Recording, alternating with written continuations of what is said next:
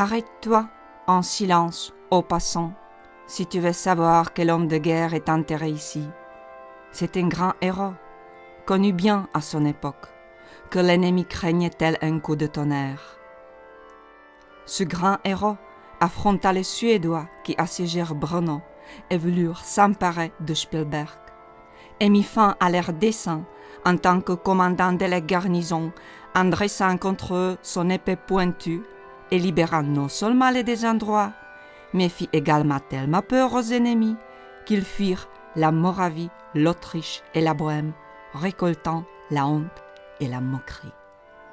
Par ces quelques mots, cette courte inscription te montre, cher passant, qui est ce héros militaire.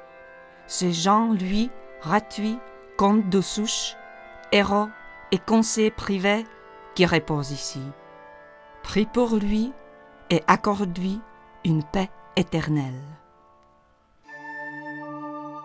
Jean-Louis Ratuis de Souche est né le 16 août 1608 à La Rochelle, en France, dans une famille de la petite noblesse bourgeoise.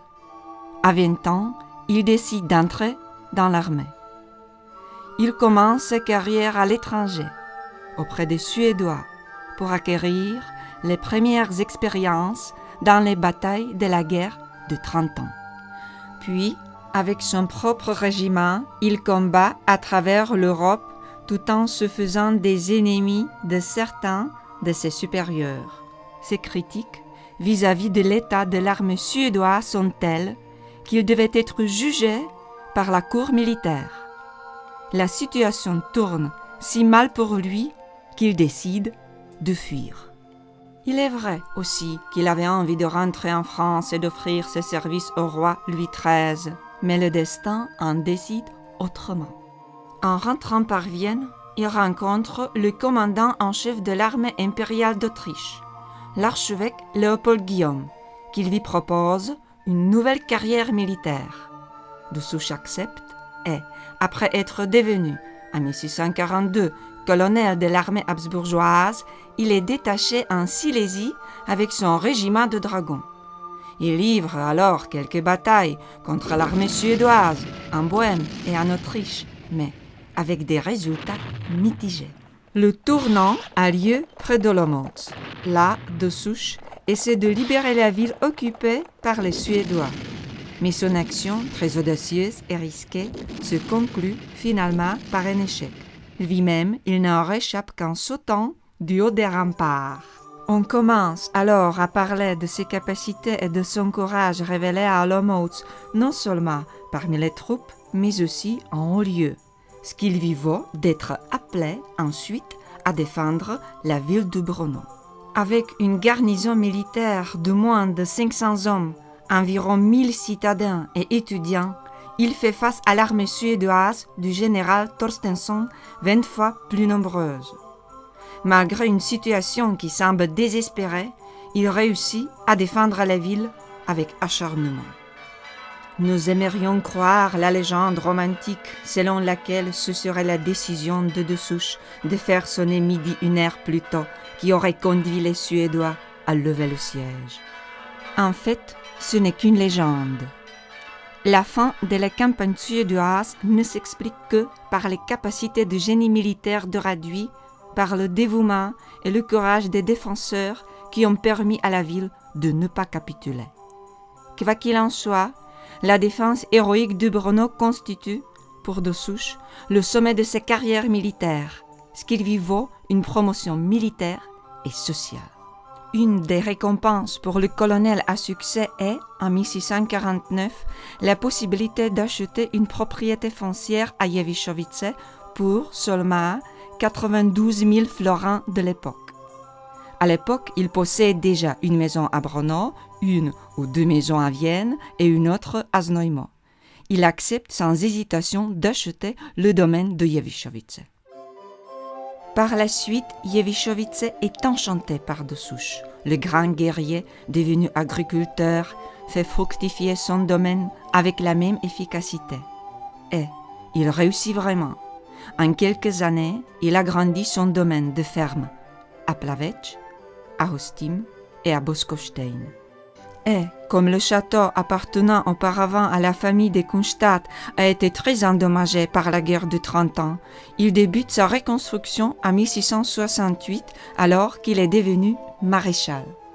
C'est Miroslav Plachek qui, par son analyse scientifique de la construction du château, a mis en exergue les importantes reconstructions décidées par de Souche.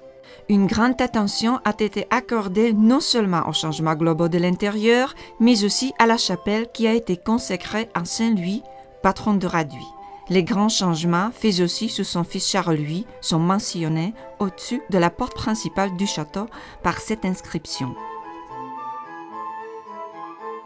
Restauré dans l'année 1686 au temps de sa haute excellence du comte de Haut-Seigneur d'honneur, Seigneur Charles-Louis Radhuit, comte de Souche du Saint-Empire romain, seigneur héréditaire du manoir à Jewiszowice, à Hostim, à Plavetch et à Boskowstein, vrai chambellan de l'empereur romain, général, feldmaréchal et colonel du régiment d'infanterie. Outre la gestion de ces domaines fonciers qu'il ne cesse d'élargir et de faire prospérer, de Souche, avec son régiment, combat contre l'invasion des Turcs et l'armée du roi français Louis XIV. En plus de son poste de commandant en chef de la Moravie, il assure la sécurité des villes de la région. C'est alors, dans cette période turbulente, que Jean-Louis Radhuit de Souche reçoit le titre de comte si convoité.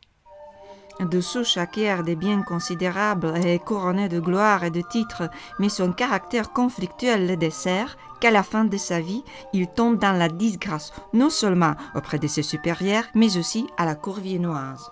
Le maréchal, vieillissant, solitaire, se retire dans son domaine seigneurial de Jewiszowice. Non seulement il y est très attaché, mais il porte aussi un grand intérêt au village à proximité de Hluboké Machówki. Lorsque, en 1674, âgé alors de 66 ans, il rentre de Belgique, son attention est captivée par une source thermale à Hluboké Machówki. Après examen et résultats positifs, il demande l'autorisation de construire des thermes et une petite église. Les négociations réussissent et Hluboké Machówki devient, à cette époque, un complexe de spa unique, constitué d'un long bâtiment thermal avec, au rez-de-chaussée, une auberge et, au premier étage, des chambres d'hôtes. Ce confort, pour l'époque, est sans égal. La petite église est construite plus tard, en 1680. Elle est consacrée à la Vierge Marie de Foix. Cette église fait l'objet de nombreux pèlerinages du fait de ses précieuses reliques et d'une légende intéressante. Lorsque Jean Radhuit, encore protestant, servait dans l'armée suédoise, il a attaqué une abbaye en Belgique. Quand ces soldats sont arrivés jusqu'à l'église où priaient les religieuses, la mère supérieure est allée à sa rencontre pour le supplier de quitter leur abbaye et de les laisser tranquilles. En échange, elle donnerait aux soldats à boire, à manger et à lui, la chose la plus précieuse de l'abbaye, une statuette de la Vierge Marie. Prends la statuette, porte-la sur la poitrine, sous la cuirasse, et nous allons prier pour toi, pour que tu sois protégé à l'intercession de la Mère de Dieu dans les guerres dangereuses de Shaktir et Estafilade, a dit la mère supérieure quand elle l'enlevait de l'autel. Radhuit, jeune colonel, a accepté la statuette, les soldats ont été régalés et les religieuses ont reçu une lettre de protection. Peut-être Radhuit a-t-il été protégé par cette statuette contre les dangers de la guerre, mais contre la vieillesse et la maladie était impuissante. Les dernières années du vieux maréchal sont peut-être le mieux décrites par les mots de l'un de ses descendants. Un de mes oncles du château et de la petite ville de Jewiszowice ne peut aller nulle part, car s'il sort, il ressent une grande nostalgie.